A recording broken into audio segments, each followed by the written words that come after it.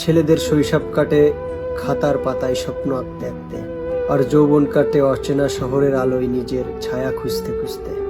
শৈশবে ছিল স্কুলের তাড়া, বন্ধু বান্ধবের সাথে টিফিন ভাগাভাগি করে খাওয়া, মাঠে খেলতে খেলতে ঘামে মাখা হাসি।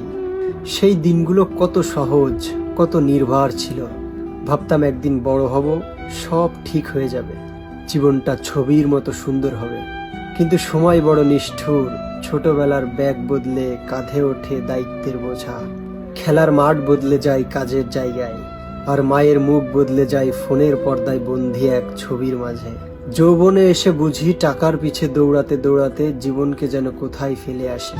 প্রবাসে রাত্রে ঘুমায় না, শুধু স্মৃতিগুলো জেগে থাকে। মায়ের রান্নাঘরের গন্ধ, বাবার দুশ্চিন্তা, আর গ্রামের সন্ধ্যার আজানের সুর।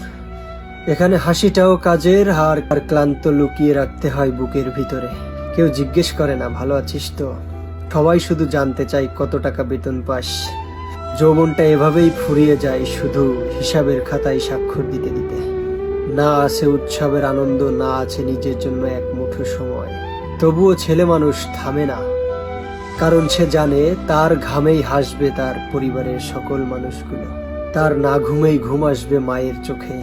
এভাবেই ছেলেদের শৈশব কাটে ক্লাসে, আর যৌবন কাটে প্রবাসে।